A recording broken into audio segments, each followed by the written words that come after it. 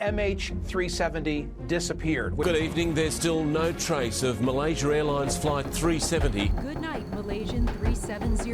Zahari's home, no suicide note was ever found by police. It confirms it has lost contact with a plane carrying 227 passengers. Malaysia Airlines Flight 370 has become an iconic subject of discussion in the conspiracy world. It's the airline mystery that left an even greater legacy behind it than the disappearance of Amelia Earhart.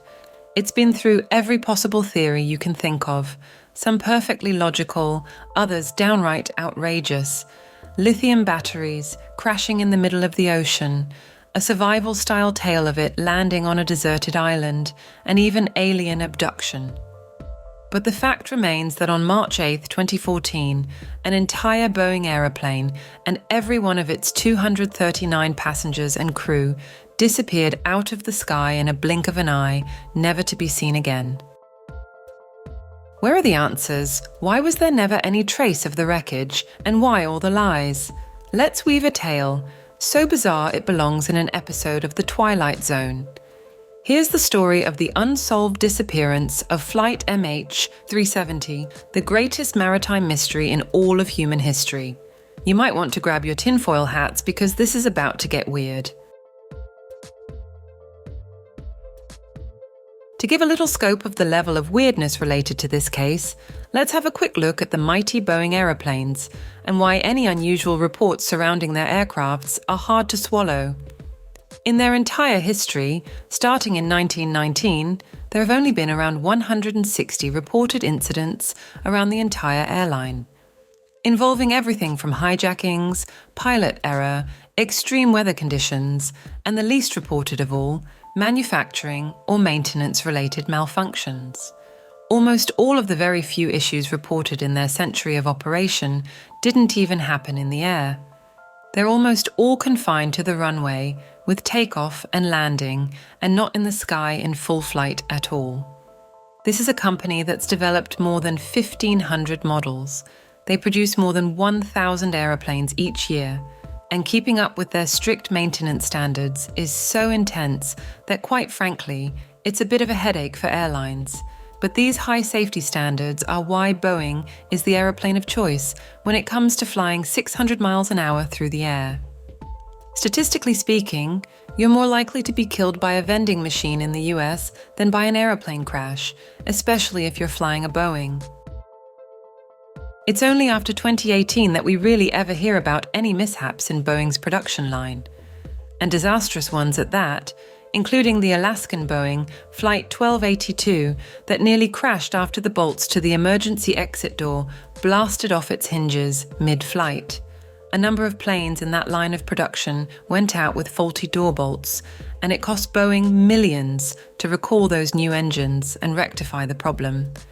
But all in all, even with that kind of scandal, Boeing still manages to hold the least amount of accidents, deaths, or crashes when it comes to their aircraft. No other manufacturer can boast the same level of safety that Boeing can. Now, Flight 370 itself had a pretty clean record. It had been on the runway since 2002, and besides a wing clip by another plane just before takeoff, it had a good maintenance schedule under its belt and a near-perfect record in the air. That small accident happened years before 2014. It did not result in any injuries, and it was fixed in just a few months. The likelihood that there was something wrong with the plane itself is highly improbable.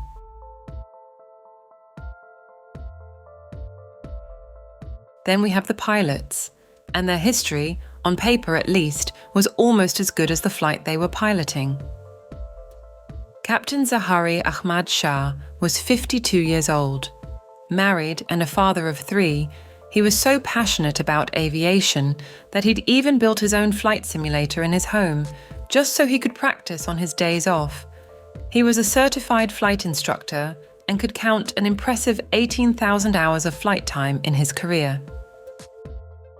Fariq Abhamid, the co-pilot, was 27 years old. This was going to be his first official, unassisted flight. That's why the airline placed Shah with him, since Shah was a pretty reputable instructor and an excellent pilot. Hamid was known for his fabulous landings, and he was by all means a remarkable student. With 2,739 hours of flight time behind him, this trip was going to be a breeze for Hamid. After this flight, Hamid would take the evaluation that would award him his captain's stripes. The only slight blemish on the bright student's record was that he liked to entertain pretty passengers in the captain's cabin. It's not like the man threw parties on top of the control panel or anything. He just didn't mind showing off the equipment and having a few words every now and then. The girls in question described him as flirtatious, but very professional and polite at the same time. Hamid by no means had a reputation for slimy behavior, and the industry is honestly so full of pilots who do a whole lot worse and with much less class than Hamid. Furthermore, neither of the pilots had any connections to terrorist organizations. They weren't unstable or had any known psychological problems, and by all accounts, they were successful men with families and friends that they loved dearly. In other words, there were no indications that either of them had any tendencies towards suicide or were prone to reckless behavior. And on a final note, investigators looked at both men's computers, and it was discovered that Shah had cleaned up his computer a few months before the flight. This wouldn't have been all that suspicious. Everyone needs to delete a few movies every now and then after all. But he'd permanently wiped the files from his computer, and scrubbing a system truly clean, though not difficult, is much more effort than just throwing it into your recycling bin. But given the lack of any other red flags, and the fact that he was a rather meticulous individual by nature, the investigators felt that this was not an issue that warranted suspicion at that time. We're going to get back to this little oddity in a little while, so hold on to it for now. Now that we have some background, it's time to look at the 8th of March 2018. There are a lot of discrepancies in the official narrative, and every time you think you've finally got the facts in order, it changes on you again. We'll try to keep it as straightforward as possible. Here we go. MH370 was scheduled to fly at 12:25 a.m. from Kuala Lumpur in Malaysia to Beijing, China. The pilots arrived at 10 that evening and went through security along with the rest of the crew without incident. The passengers lined up, presented their passports, and handed in their luggage at 11. The entire check-in and loading went smooth as butter, and the weather was clear, with no problematic forecast for the route ahead. Besides the luggage and passengers, the Boeing was also transporting more than 483 pounds of lithium-ion batteries and their accessories and a few £100 of mangosteen fruits. Now, it's not unusual for passenger aeroplanes to carry additional cargo. If you've ever flown before, chances are that you shared a flight with some human organs on their way to dying patients in need of a transplant. Hearts, lungs, skin grafts, and even whole corpses are often stowed away in the back of a plane. There were no kidneys on this flight, but the lithium batteries and the mangosteens need to be mentioned, since they'll come up again a bit later. So keep them in the back of your mind for now. Shah took care of communication between the flight towers and the air traffic controllers since Hamid was the one flying, and Hamid got the plane in the air, no problem. They were rerouted by air traffic control to an area called Zahari. This was to offer them a shortcut, but it just so happens to fall into a place where 5 different countries' airspaces cross over each other. Vietnam, Malaysia, Thailand, Singapore, and a small patch in Cambodian territory, and they checked in at all 3 waypoints without incident before reaching that crossing. This crossing will be the biggest headache for those investigating the disappearance. There are just too many countries in the mix to get any details straight, and no one was communicating with each other properly to make matters any easier. Once the proverbial mangosteen hit the fan, the various air traffic controllers had some serious language barriers that halted a lot of progress in the beginning. At 12:50 a.m., Shah requested to rise to a higher altitude, as was usual for this leg of the flight, and they were approved for the rise. At 1:01 a.m., Shah confirmed their position, and air traffic controllers responded that they'd gotten the message. All of this is protocol. Every notch in altitude and change of position is always run back and forth between the flight and the towers. Then a minor oddity occurred. Only 6 minutes after the confirmation, Shah informed the control tower again that they were at the altitude that they'd been cleared for. It was almost like he hadn't heard their confirmation the first time and felt the need to repeat himself. Air traffic didn't think too much of it and responded that they'd gotten the message. There was no urgency or note of nervousness in Shah's voice, so everyone moved on from the repetition without question. At 1:19, the flight was passed over from Malaysian air traffic control to the Ho Chi Minh City Control Center on China's side. Captain Shah bade Malaysian air traffic good night. Those final famous words would become synonymous with Flight 370. Good night, Malaysia 370. These are the last official words spoken on the flight. Approximately 1 minute later, they passed into Chinese airspace. They were now somewhere above the Gulf of Vietnam. And then the transponder, or black box as most people call it, just went dead. The transponder is essentially the mechanism that sends out the signals that air traffic picks up. And it's also what we follow when an aircraft goes down and the wreckage is missing. It's painted the brightest shade of orange for optimal visibility, and this thing was made to survive a bomb blast. Unless it's manually turned off, no one is going to miss it or the signals it's giving off. And it does a whole lot more than just tell you where a plane is. It can tell you speed and altitude, and it's an invaluable tool for understanding what the circumstances were when an aircraft went missing. Its transmissions went so far that even Thailand and Vietnam saw it drop off their airspace at around 1:29 a.m., 10 minutes after last contact. Now, Ho Chi Minh was waiting for the captain's call-in to confirm that they were in their airspace, as was protocol, but that confirmation never came. After 5 minutes, they contacted Malaysian flight control, and between the two airspaces, the two countries spent 2.5 hours trying to locate the plane. But the language barrier caused some problems for both sides. Getting the exact time that the signal dropped from the two separate countries is hard to specify, and to this day, these times are in question. Nevertheless, they managed to communicate well enough to start searching their systems for any sign of it. But after failing to find the aircraft, and with only an hour before it was supposed to land, a helicopter was sent out to search the area where they went missing.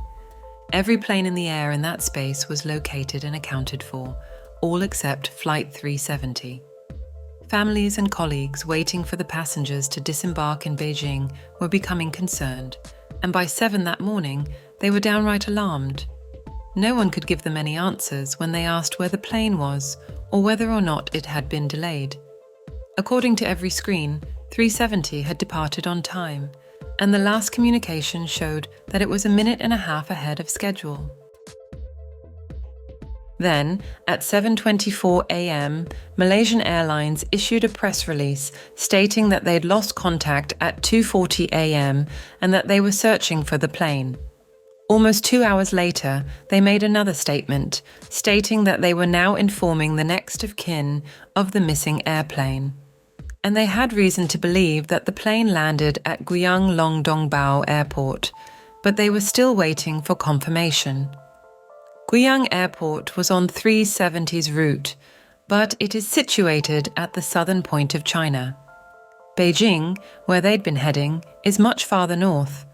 So for another hour, the public believed that the flight had experienced problems and had made an emergency landing in Guiyang. But no such confirmation ever came because MH370 never landed at Guiyang. Every hour after that, another press release came out. Malaysia Airlines reiterated the flight number, that they'd last had contact at 2:40 a.m, and that the plane went missing in the South China Sea while in Singapore's airspace and a little south of Vietnam. At 7 p.m, there were multiple search and rescue vessels at sea, and all flights in the area had been rerouted. They found no sign of debris from the wreckage, and they still hadn't received any distress signals or transmissions from the black box. Now, things start getting even weirder. The next day, the 9th of March, a press release was issued again. But this time, the information changed significantly. They now stated that they'd lost communication at 1:30 a.m., a whole hour and 10 minutes earlier than they'd stated before. The possibility that the plane had made an emergency landing somewhere was still on the table, given that there was no sign of wreckage on the water at all. The chances of the plane remaining intact, or that no items that were on the plane were floating on the water, were highly improbable. Something had to have made it to the surface by now, and even if the currents had taken it away, not enough time had passed for anything to have made it any significant distance away from the South China Sea.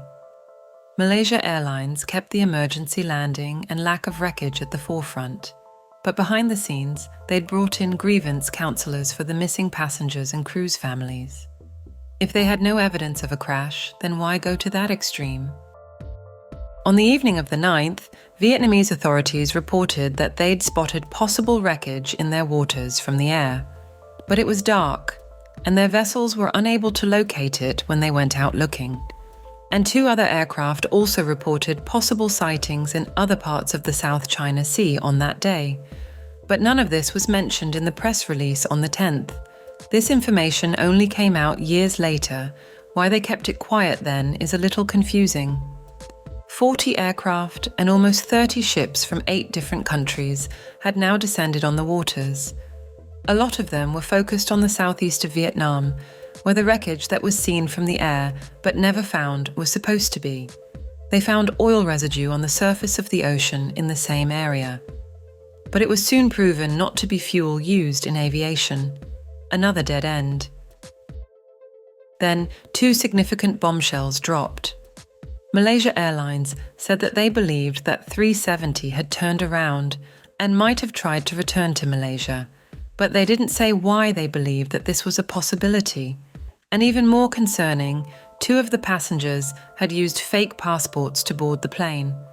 Both men were identified as Iranian citizens. Obviously, this brought on the fear that it had been a hijacking, and it prompted the military to get involved. Here, you'd think that a terrorist threat would bring in even more search efforts, but instead, most of the rescue aircraft were called off, and of the initial 40 that were deployed, only 9 were left out searching. This is a very strange response to a terrorist threat, and despite the public's confusion, no one ever bothered to explain the reasons behind the decision. Malaysian Airlines was not coming out with anything new after the press release and the retraction of their search engines. Some scraps of metal were retrieved, but when the wreckage was tested, it did not match Flight 370. In the background, the Iranian citizens on the flight were still being investigated, but there were no alarm bells going off in their backgrounds. They genuinely looked like refugees trying to flee to another country. On March 16th, 8 days after the plane disappeared, a British satellite company reported to Malaysia Airlines that it had some very unusual observations regarding the plane. According to them, they had Flight 370 in their imagery. According to them, it was wandering around in the air for hours after their signal went dark, and it wasn't even in the South China Sea anymore. The satellite company, Inmarsat, is contracted by a lot of private companies, but the bulk of their work is government-funded. One of the private enterprises that contracted them was Rolls-Royce. The luxury car brand actually makes aviation engines too, and one of their biggest customers is Boeing. Rolls-Royce keeps tabs on every engine it's ever produced that's still in the sky, so this is why they had access to this information. But Malaysia Airlines should also have had this information. There really is no explanation as to why Inmarsat could track the plane flying completely off course on their imaging, but the airline didn't. It was kept quiet for a few days until the Wall Street Journal somehow got a hold of the news. They wrote the article in such a way that it made it look like Inmarsat intentionally hid the news for an inappropriately long time, and Malaysian Airlines questioned the authenticity of the report. Inmarsat fired back on March 14th, making it clear that they reported their findings to the United States, Malaysian authorities, and Rolls-Royce the moment they realized what they were looking at, and they received the appropriate authorization from their contractors. If anyone was to blame for keeping the information quiet, it was the authorities, the airlines, or both. This was a major spoke in the wheels for the airline. So far, pulling up their shoulders for a sudden and mysterious disappearance wasn't going to fly anymore. If the flight was lost, it could be an error on the aviation equipment that caused them to lose their bearings, or lack of maintenance that caused an engine or some other part of the plane to malfunction. That's a little different than a crash or a disappearance. This would mean it was the fault of the airline for not keeping its engines in tip-top shape. And when they lied about the report from Inmarsat, their dishonesty threw any reports and findings from them in a questionable light after that point. The public's view was that if they lied about Inmarsat, what other secrets were they keeping? The airline backtracked when the response from the public was less than favourable, so they teamed up with Inmarsat's experts to try to locate the plane. By cozying up with the company that they tried to shift the blame onto, it was clear that they were just trying to save face. According to satellite feedback from Inmarsat, Flight 370 had been picked up somewhere around the Nicobar Islands. To put that into perspective, Malaysia has the South China Sea, where the plane was supposed to be on its eastern coast, and the Nicobar Islands are off to the other side of the country, on the southern side. So, somehow, at the airspace crossing point, MH370 had to do a complete 180 and flew back and over Malaysia in the opposite direction of where it was supposed to be heading to. And that flight would have been a long one. According to Inmarsat, this flight took just 14 minutes to get all the way over Malaysia and into the Indian Ocean. This time was later changed to approximately 60 minutes. It should have taken them hours to fly that far, but somehow they managed to do it in just 14 minutes, or 60, depending on which report you want to go on. The satellites only take stills at timed intervals, so it's not like they had a live feed to go off of. The only explanation is that the satellite got the time wrong somehow, but that's just as unlikely as doing the trip in 60 minutes. Nevertheless, they went out and searched the seas between Malaysia and Nicobar. This wasn't anywhere near where anyone had been looking for those first few days, and the data wasn't specific enough to pinpoint an exact location. The line that the satellite was making as it crossed the Earth when it picked up the data was thousands of miles long. So despite veering the search further south and southwest, the new information did not make the search radius any smaller. If anything, they were worse off now than they were when they started. At least the placement of these new search efforts did match up with the Malaysian military's brief that came out just before the Inmarsat report. The military stated that Flight 370 turned around mid-flight, right where its signal dropped off, flew back and right over Malaysia, then turned south to southwest and headed to the Nicobar Islands. And they said it looked like the plane was being flown manually. It's never been quite clear why or how the military were under this impression, but that's where the search was focused on the other side of Malaysia, to the south and southwest. To add more chaos to the search radius, Australia was sending out aircraft to observe the oceans on their west side. Now, this isn't entirely out of place in itself. Ocean currents can carry some very big pieces of debris thousands of miles away, and their search was focused directly south of where the plane disappeared. So regardless of the distance, at least it could have been the case that something floated down to the land down under. But that amount of search power wouldn't have been utilised unless there was at least some evidence that there was something to be found all the way down in Australia. Military forces stated that they were working with images from even more satellites, tracking large objects floating in the ocean. But according to them, every time they got to the coordinates where the wreckage showed up on the imagery, there was nothing there. And no one has ever seen those images, so there's no way that we can tell exactly what they saw from the data they received from outer space. By now, the whole world was aware of the whole debacle, and even China got into placing pressure on Malaysia for answers. Most of the passengers were Chinese citizens, and the country had every right to be outraged that their questions weren't being answered, and they brought up some pretty good points. For one, why hadn't any radar or military equipment picked up a plane flying where it obviously shouldn't have been flying? and across the airspaces of multiple counties, no less. Myanmar, India, Brunei, and Sri Lanka should have all seen the plane on their radars, but they didn't. A mistake on one front is a coincidence, but how could the countries that bordered the South China Sea have all missed it too? Vietnam, Malaysia, Thailand, and Indonesia in the South Sea, and the countries on the other side of Malaysia in the Indian Ocean. None of them had any reports of unidentified aircraft on their radars. China wanted those satellite images that forced the search down to Australia to be released.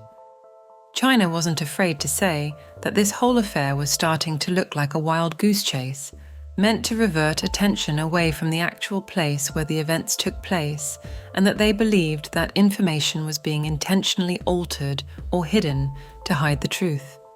Whatever that truth might be, the world and the families of the missing passengers agreed. After almost 2 weeks of agony, there were still no answers at all. But China was adding fuel to the fire all along, intensifying the drama that was already on display for the world to see. They supplied Malaysia with their own satellite imaging on the first day or two of the flight after it went missing. Why China would intentionally stir the pot when its own citizens' lives were in question makes no sense at all. Or were they, in fact, the ones trying to focus our attention elsewhere and not the other way around?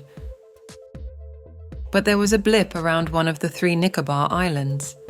A civilian radar did pick up a brief signal of a body in the sky on the night in question. Unfortunately, this was from primary radar, a much more primitive form of radar. Unlike secondary radar, like the military uses, primary radar can only tell you that something is out there and the general location of where a body in the sky could be. It can't tell the size or accurate location of the object. And given that a civilian was in charge of the equipment, well, this wasn't the most trustworthy evidence to go on. But no one had any other potential places to look, and the findings did match up with satellites. So that's why everyone was heading off to the Indian Ocean. This back and forth went on for a few more weeks, and more search and rescue vessels were pulled out, and soon all searching had stopped completely. The main line of thought was that flight MH370 went off course for some reason. It flew around blindly for a few hours, making its way into the Indian Ocean until it ran out of fuel and crashed into the water. After nearly a month of searching, if there had been any survivors, which was unlikely, they'd have succumbed to the elements by then. Interest waned, and the families mourned the loss of their loved ones in whichever way they could without the comfort of a burial or some answers. And that's how it stayed for 2 years. The world had all but forgotten about the bizarre disappearance of an entire Boeing with more than 200 people on board, and the story was shoved in the background, with only conspiracy theory websites still really discussing it. Then a man named Blaine Gibson found some debris linked to the plane lying on a beach. This was the spark that renewed interest in the fate of the plane. Parts of the plane washing up years later aren't all that unusual. Take the 2011 tsunami in Japan as a good example. A whole fishing boat washed up on the shores of California 2 years after the disaster hit, and it was still in such great shape, even after its years of drifting out at sea, that it was still buoyant. After finding the first piece, Blaine made it his mission to track down more pieces. And he wasn't the only one. A few other treasure hunters, spurred on by Blaine's discovery, who were keeping an eye out for wreckage too. The pieces were spread out over the shorelines of 3 separate countries: Mozambique, Madagascar, and Reunion Island. No other pieces of wreckage were ever brought in by anyone but Blaine Gibson. After finding the first piece by accident, he went out actively searching for aviation wreckage around that patch of sea and the countries in the vicinity, like some macabre aeroplane treasure hunter. Of all of his findings, only one piece was actually matched to MH370. It was a flaperon that still had its serial number intact, and that serial number was traced to the missing plane.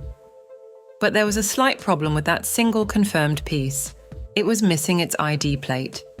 There are 2 arguments for this little detail. The thing had been tumbled by the sea for 2 straight years by now. Was it really that surprising that this rather small chunk was missing an ID plate?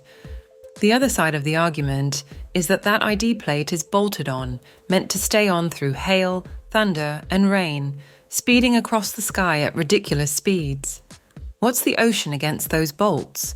Didn't that tiny Japanese fishing boat do so well in the same amount of time that it was still solid enough to float on the water? But then again, if someone did go to the trouble of removing that ID plate, why not remove the serial number too? Honestly, the realistic answer is that the ID was indeed dislodged after years in the ocean, and that Blaine managed to find one piece, maybe even 1 or 2 more. That didn't have enough on them to confirm their connection to the flight, but it's highly unlikely that all of the debris that he has in his possession is actually from flight MH370. However, Blaine's discovery was enough for the world to realize that the mystery wasn't yet solved. So a few new articles, reports, and some interesting details shook loose when new eyes looked at the whole picture. For one, the FBI released the details of their investigation into the pilot's personal electronics. Those deleted files on Shah's computer were retrieved, and it was a little spooky. He'd used his flight simulator to go through almost the exact route that satellites had tracked the plane going on. Back then, they were under the assumption that the plane went off course because of navigational equipment failure. But this discovery was proving otherwise. It's one heck of a coincidence that Shah mapped out that flight, heading in the direction of the Nicobar Islands, flew it on the simulator, went through the trouble of trying to permanently delete it, and then went missing on the very route he'd mapped out. Malaysian authorities disagree. They didn't believe that this proved any wrongdoing on Shah's part for some inexplicable reason, though that does explain why they sent their searchers to almost all of the seemingly random places before satellites and debris sightings gave any reason for them to be there. They were going by the simulator's course from the start. We were just hearing of the reasons for it 2 years later. Fast forward a few more years, and we get the Netflix special on the disappearance. Look, Netflix makes a lot of questionable choices sometimes, but it actually did a pretty good job on this one. They managed to get their hands on the call logs between flight towers and a few other things that were suspicious that no one had been aware of before. The full conversations between towers were finally reviewed in their completion. The snippets of back and forth we got from Malaysia Airlines weren't complete 10 years ago, but now they were. The full audio indicates that the plane already went missing on the Malaysian side and never entered Chinese airspace at all. It's not a big difference in distance by any means, but it is significant that it was always implied that Malaysia tracked their aeroplane properly until it went into Chinese airspace. It looked a lot like Malaysia Airlines was trying to shift the blame again. So another lie to add to the growing pile of them? Anyway, the conversations go on, and Malaysia Airlines keeps getting the coordinates wrong. That's why everything before seemed so jumbled. Trouble with communication, and possibly incompetence, puts a whole lot of the blame on air traffic control for getting the flight's last known position wrong. Add the confusion of working with 5 different counties' airspaces, converging at one place in the air, and you've got a disaster waiting to happen. But the official reports were downright lying when they initially came out. Air traffic repeatedly stated in the call logs that the plane was on radar a full 5 minutes after they said its signal fell off their systems. Well, Inmarsat's full and unredacted report leaked out too, and that just added to the dizzying amount of details coming out. After the signal went dead, Inmarsat picked up the signal again for a brief moment, flying back over Malaysia, and after that they just saw it on their imaging. That quick reinstatement of the signal was brand new information. Until now, everyone thought that all signals from the transponder were dead when it reached the crossing. The fact that it winked on again indicates that there was manual intervention. Someone switched it off and then switched it back on again for a fraction of a second. This seemingly proved that system failure was not to blame. Someone was responsible for this. A few other things that Netflix came up with were interesting too. For one, at 2:12, Malaysia had already called the military. Keep in mind that none of these calls were ever part of the official reports or press releases. This came out in 2023, 9 years after the event. It matches up with the timeline. The military personnel would have taken some time to assess the situation before heading out. What is interesting is that this information was intentionally redacted for 9 years. We knew the military was called, but how would the time of contacting them change the situation so much that it was kept secret for so long? To reiterate, from what we can discern from this mess anyway, Malaysia lost 370's signal in their own airspace, just as they were about to go over the 5-country crossing and into Chinese airspace. They tried to make it look like China had lost them in their oceans. They then located them somewhere between Cambodia and Vietnam, still relatively on their expected flight path. The military was sent out. Inmarsat catches the signal of a second over Malaysia, but no other tower sees it.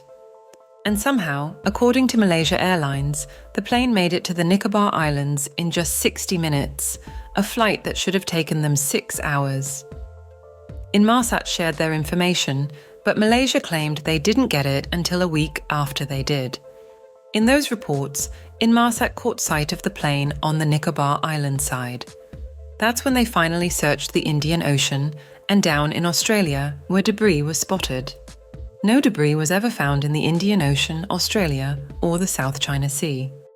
The only real discrepancies that we're left with, from the official narrative at least, are that Malaysia still had the plane on their systems for 5 minutes when they said they didn't, the resurface of the transponder signal that no one but Inmarsat caught, and the impossibly short time it took for the MH370 to reach the Nicobar Island area. There are some statements from outside sources that aren't from official reports and narratives that need mentioning before we get to the theories. A woman, Cindy Hendry, is using the site Tomnod. Tomnod is a satellite imagery database that's available to the public. She found some images that looked a whole lot like aeroplane wreckage on the satellite images, just a few days after the plane went missing, and they were in the vicinity of where 370's signal dropped out initially, in the South China Sea. Normally, civilian claims would be discarded as hearsay, but Hendry took screenshots, and those pictures look an awful lot like the letter M on the Malaysian Airlines logo. The second image matches the nose cone of a Boeing aeroplane, and the third image matches the dimensions of a Boeing's fuselage. That's the lengthy back end of a plane, behind the wings. Then there's Blaine, the man who found a piece of the plane 2 years later. He'd collected quite a few pieces of metal scraps over his years of hunting for MH370. Only that one slate was ever really confirmed as being part of the plane in question, but he's the only person ever to find anything that was worth taking a deeper look at. And it's not like there was a shortage of civilians out there looking for MH. A lot of forums online questioned the authenticity of Blaine's findings. It was just too convenient that only one man ever managed to find dozens of pieces and no one else. Maybe Blaine was just really good at searching, but it is a little suspicious that he's the only individual to really find anything. The theories ranged from Blaine being supplied the pieces by an outside figure, in the hopes of proving that the plane went down to hide the fact that the whole plane was successfully stolen, to Blaine making the whole thing up and fabricating his findings. Either way you look at it, one single proven flap-on found in the 10 years since MH370 went missing is not enough to prove anything.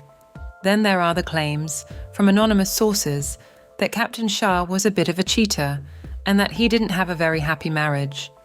Since these are all anonymous sources and none of them can be confirmed, except for a few comments below an Instagram model's posts, we aren't going to jump to any extreme conclusions.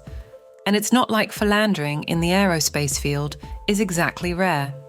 These are people whose work relies on them being far from home for extended periods of time. Much like the big cruise ships, it's just one of the many professions in the world where promiscuous behavior is sort of part of the package. Shah's daughter and wife also stated to the police that they were aware of his indiscretions and that Shah had become withdrawn and quiet, in the weeks before the flight went missing. His possible cheating isn't what was worrying. It's the change in behavior that's more concerning. But we're going to touch more on Shah's possible involvement in the theories, so just hold on to that bit of information for now. Furthermore, Shah had some opinions on the current ruling government, but besides calling the then Prime Minister an idiot, he wasn't exactly outrageous about his leanings and opinions. Not that that stopped the tabloids from painting him as a suicidal cheater whose marriage was falling apart and a political extremist. Shah's mental state isn't unimportant.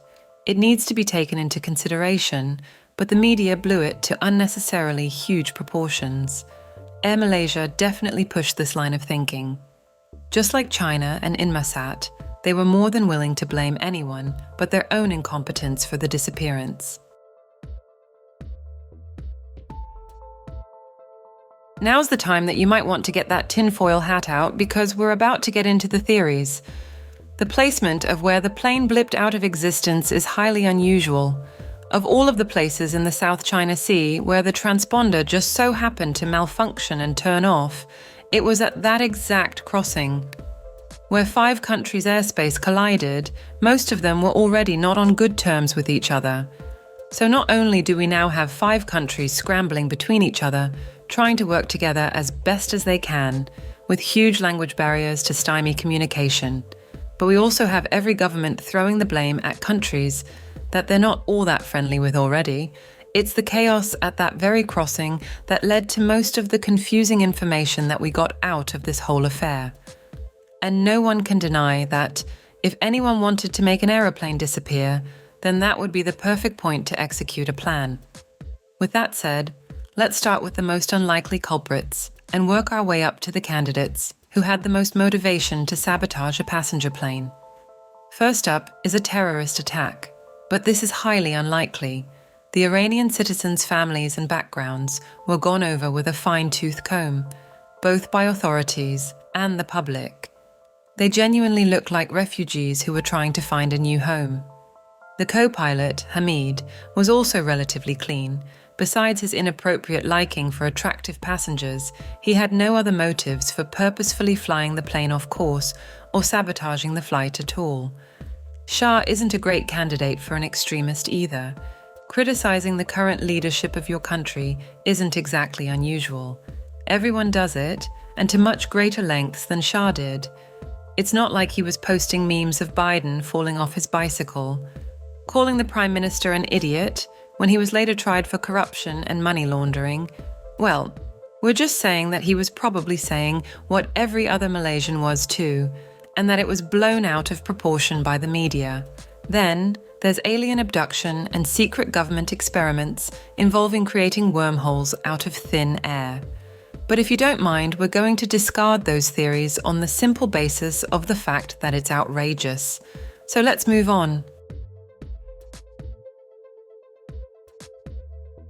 There is the slight possibility that Flight 370's communication and transponder truly did malfunction, and that the plane was still on course after all.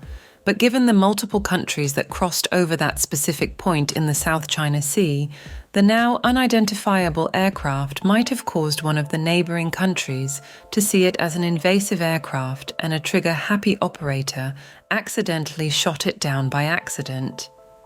That would explain why the multiple pieces of debris that were spotted in the South China Sea were missing once search parties went out to look for them. Radio communication was pretty open among countries during the early stages of searching. If the guilty country had an open radio line, it's possible that they could have collected those pieces upon hearing of them over open radio communication lines before any searchers reached them. China and Thailand's relationship wasn't great back then, and it still isn't. Back in 2014, the two countries had come to a shaky agreement in an attempt to mend fences. If Thailand accidentally shot the plane down, then China might have helped its neighbour cover it up in order to keep the image of getting along intact. An accident like this, with this number of civilian deaths, would have been an international disaster, almost certainly blowing all negotiations for peace to smithereens. Between the two of them, they certainly had the resources to pull it off. It wouldn't have been easy, but it is possible. This theory isn't completely far-fetched. It only has one small discrepancy. Could every item on board and the oil spill that it would have left behind really have been cleared up before morning without any loose ends or anyone finding out? There were a lot of eyes on the South China Sea, so it seems unlikely that an outside party didn't stumble upon some scrap of the plane, or at least a mangosteen floating by. Then we have to look at the lithium-ion batteries that were being transported on that plane. Motorola, the manufacturer of cell phones, was transporting the batteries, and Motorola is partially owned by a company called Freescale Semiconductor. Freescale also employed the engineers on board, but we're getting ahead of ourselves, so keep that name in mind. They're going to take center stage real soon in this video. In 2014, there weren't any restrictions on planes for carrying lithium-ion batteries. But in the years since, strict regulations have been put in place around their transportation after they caused fires on 2 separate aeroplanes. Both planes were cargo planes and carried only the pilots and staff, no passengers, and both planes went down after the lithium-ion batteries caught on fire, killing everyone on board. Lithium-ion is extremely flammable. If fluid were to leak onto cardboard packaging, it wouldn't take much to soak through and make contact with the volatile batteries. This can cause a thermal fire to break out. If the batteries aren't properly separated and packaged, that fire will spread at alarming rates, and given the thermal nature of it, the small fire extinguishers that are on passenger planes won't be any help in controlling a blaze of that ferocity. And Flight 370 had 480 pounds of stuff on board. In 2014, they weren't considered a dangerous product to transport, and there were no special requirements around their packaging or on how strictly the batteries needed to be monitored. Since then, their shipment requirements have changed. They now need to be packaged separately, with dividers in between each battery. Even the boxes they're transported in need to meet a standard that keeps all moisture out of them. This wasn't the case in 2014. They were simply boxed up and sent on the cheapest flight to wherever they were headed, in this case Beijing. Customs wasn't even required to inspect the packages. This brings 2 possible potholes for the batteries, causing issues on the plane. If any liquid leaked through the cardboard boxes before or during the flight, let's say an overripe mangosteen oozed some sticky citrus juice onto it, then it could have caused a reaction that led to a fire. Or the boxes were rigged somehow so that they could activate the batteries and cause a fire to break out after a certain amount of time had passed, like when the plane was scheduled to make that convenient crossing between air paces, for instance. Half of the batteries were stored at the tail end of the plane, and the other half in the middle storage compartment. A fire caused by almost 500 pounds of lithium-ion would have been so huge and so all-consuming that it would have caused the engines, loaded with aviation oil, to explode, incinerating everyone and everything on board in minutes. Especially if the middle compartment's shipment caught fire, that would have spread the blaze to both ends at the same time. This theory does explain the lack of debris. The outside metal shell would have sunk to the bottom of the ocean, leaving a handful of pieces to float as far as Madagascar. But most of the items, people, and luggage on board would have turned to cider when exposed to a chemical fire of such epic proportions and the incredible heat generated by thermal fires. The only hiccup here is that there was no fire or explosion that lit up the sky above the sea. Freight and fishing vessels on the water and other aircraft in the air were present that night. The light generated by a fire of that magnitude would have travelled for miles in the middle of a clear night, in the open ocean that has no other sources of light to pollute the distance the sight would travel. Satellites should have caught it too, but they'd have had to be taking images at the exact moment of combustion to get a snapshot of it. But the batteries would have encouraged multiple countries and companies to band together to cover it up. The lawsuits that could follow would amount to an astronomical amount, probably in the billions. The number of fatalities as a direct result of a product that was known to be unsafe for air travel, the lack of safety precautions during transportation, and virtually every stopping point those batteries made before being put on MH370 put multiple parties in a great deal of danger from being sued and facing irreparable damages. It would have been a scandal that had the potential to permanently close down Air Malaysia, and the Malaysian government would have been utterly destroyed in the aftermath. China would come off looking bad too. The batteries were heading to Beijing after all. And then there's the country where Motorola manufactured them, and Motorola themselves would be put under the microscope. In other words, a lot of people would benefit from the plane and all of its pieces disappearing altogether.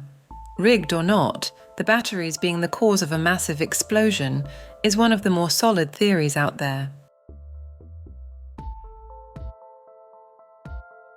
Unlike the co-pilot, Captain Shah is also a very real possibility, but that can go in one of two directions.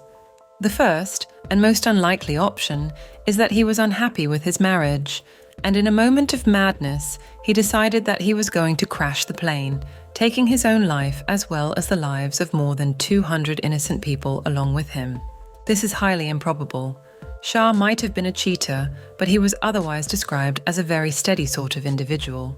He was incredibly dedicated to the safety of his passengers and crew, and as far as flying goes, the man was a stellar employee. With options like divorce, disappearing and starting a new life, or just taking a second wife, as is culturally acceptable in Malaysia, it seems a little like overkill to go on a suicide mission and take hundreds of lives down with him.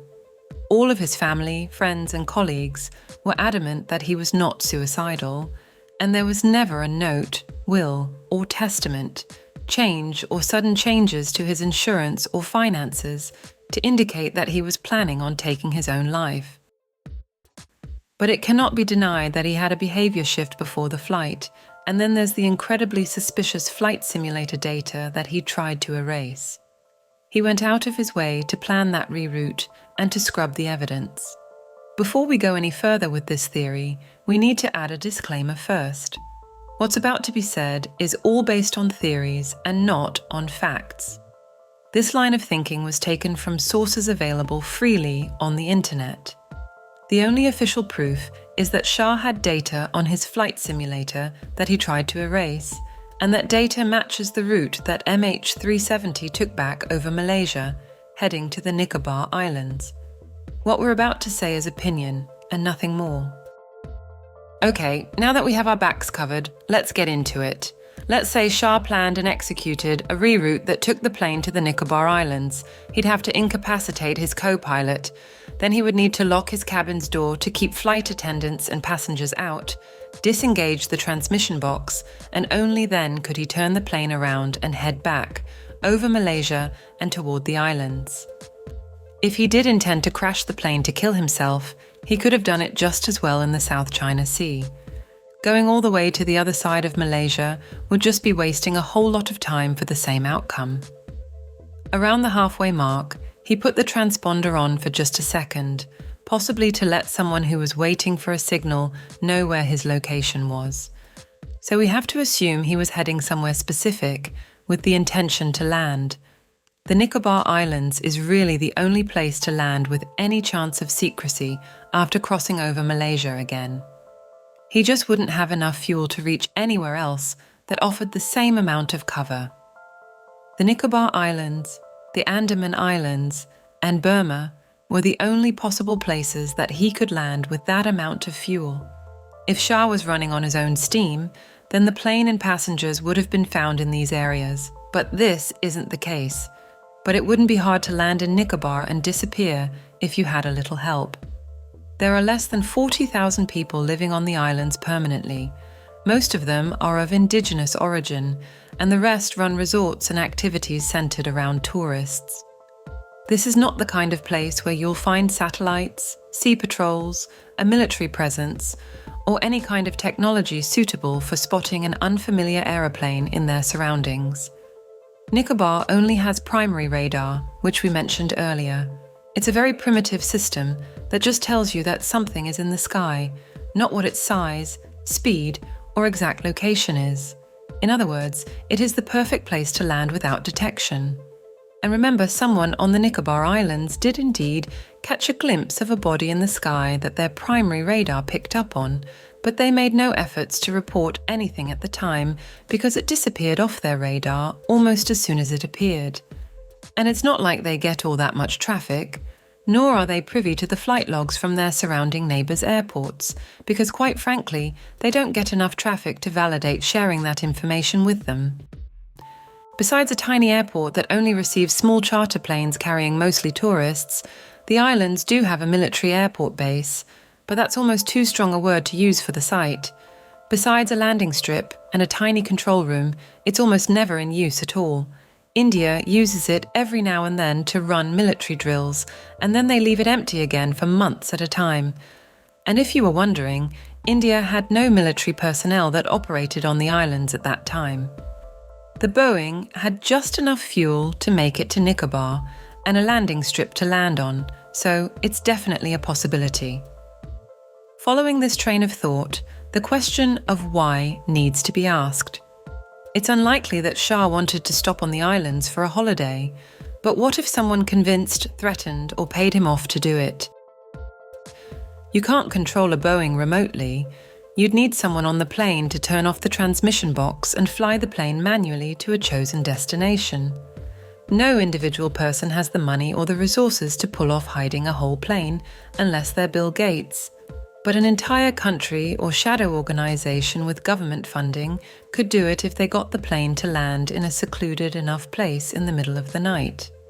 If it could be pulled off, then once the plane was safely landed, they'd need to get rid of the passengers and dismantle or hide an entire Boeing in just a few hours before the locals saw anything. And assuming that Shah was convinced or paid off, he would probably get a new identity out of the deal too. And what on earth was on that plane that someone could possibly want to put all of those resources into getting their hands on it? The French family, a few people from the Netherlands, some calligraphers, and some New Zealanders certainly don't fit the bill for people who have anything of value to offer someone who's going through the monumental undertaking of getting a whole plane out of the air. And the Iranians were just refugees, but what about those engineers?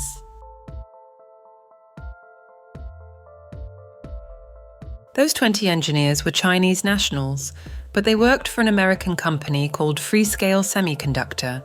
They were on their way to attend a convention. See, we told you Freescale would show their heads again. The engineers specialised in microengineering, a very elite branch of engineering. They make some of the most powerful microchips on the planet, and the microchips that Freescale Semiconductor is trying to make are no joke. We're talking chips that are the size of match heads and capable of processing the amount of information that the average gamer's computer is capable of handling. The microchip race between Europe, China, Russia, and the US is one of the biggest wars going on right now, and it's been raging for decades. The billions of dollars spent, and even legit spies out there trying to get their hands on another country's progress is mind-blowing. Outside of high-profile political figures, information is the next biggest target that all of the big guns are going for.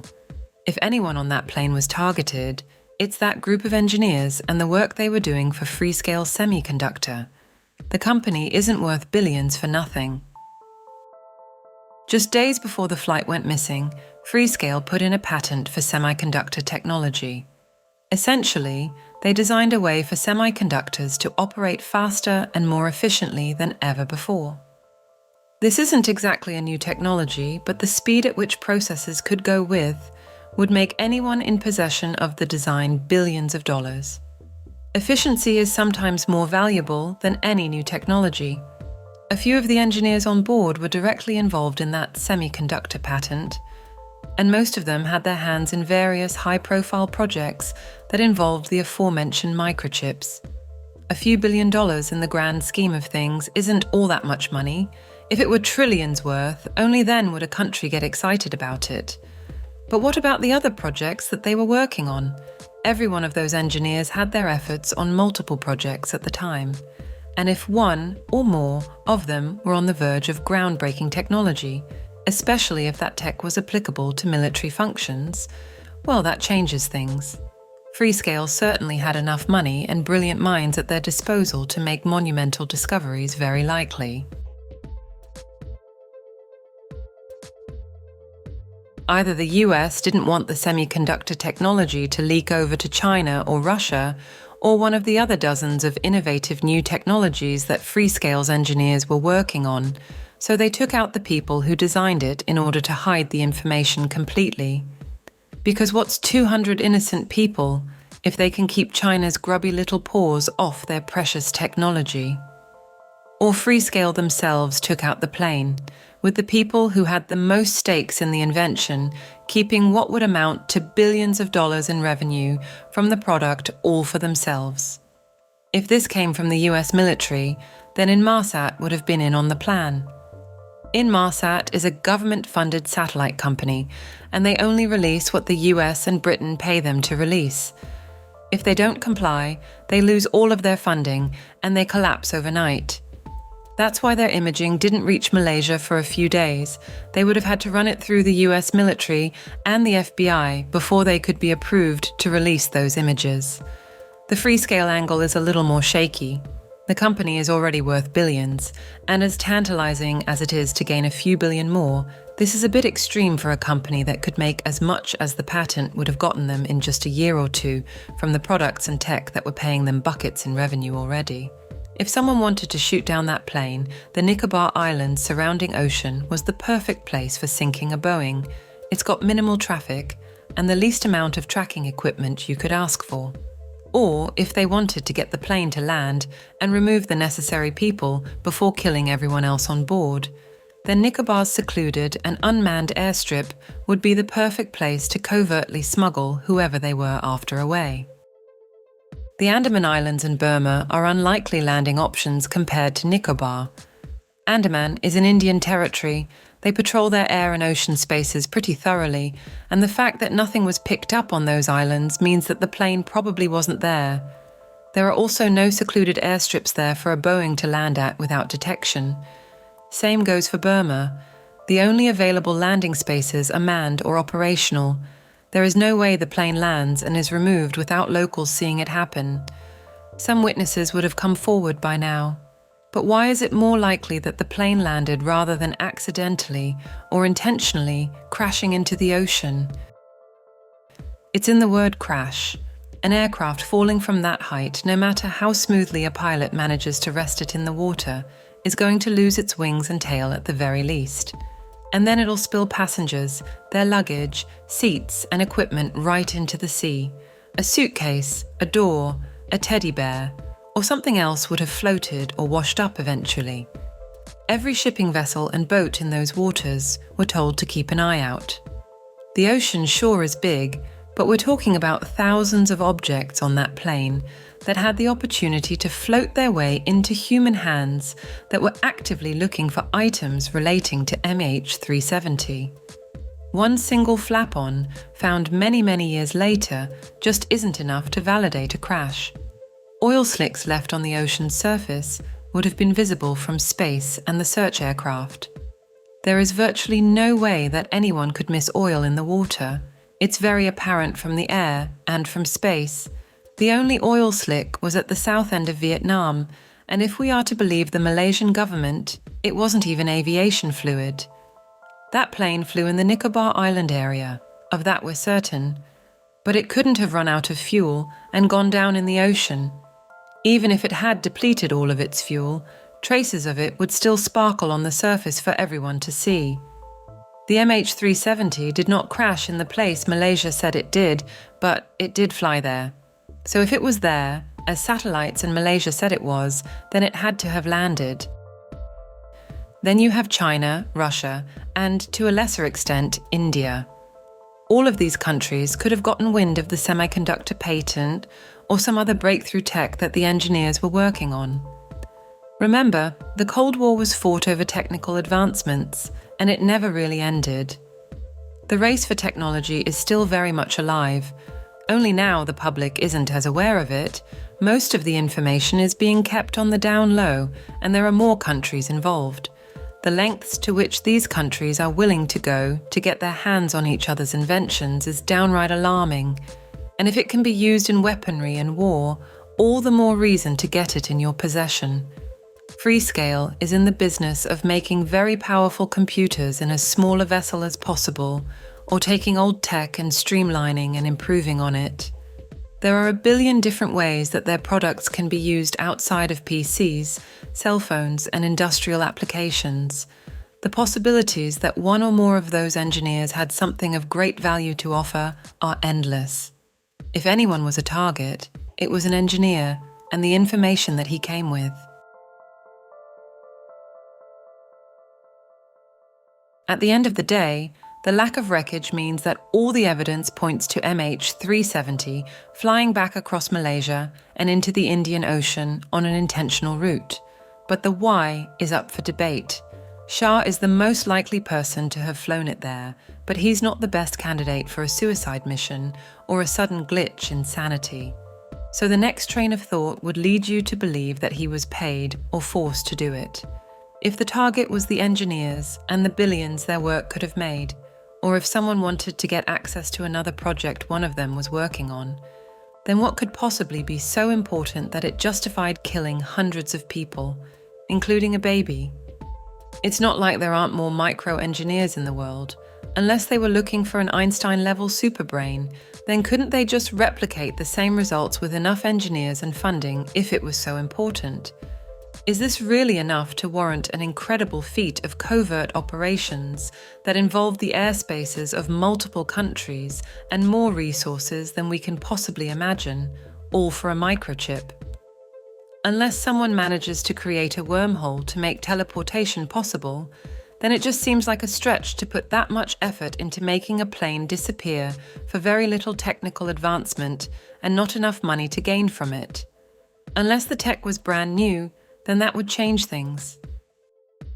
Then there are the batteries, and Thailand accidentally shoots the plane down. We mention these together because both scenarios would have had multiple countries applying their resources to covering them up. The only way that amount of wreckage could have been removed before anyone found it was if multiple streams of financial, military, and other resources were made available. And even then, removing every single piece of wreckage successfully and without detection would have been a stretch. Thailand, the batteries, and a covert operation being executed on the Nicobar Islands are the three most promising possibilities. The fact remains that very specific place in the air that MH370 dropped off is just too convenient to be a coincidence. That, and the complete lack of any wreckage, is what makes this look like a planned affair. Call it a conspiracy theory all you want, but a suicidal pilot or a freak accident just doesn't make sense when you look at the whole picture. 239 people, including a 2-year-old baby, were the collateral damage of what was possibly the biggest and most successful cover-up of the millennium. It's that, or ET beamed an entire Boeing into space. You can decide which theory you think is most likely, but one thing's for certain, this was no accident.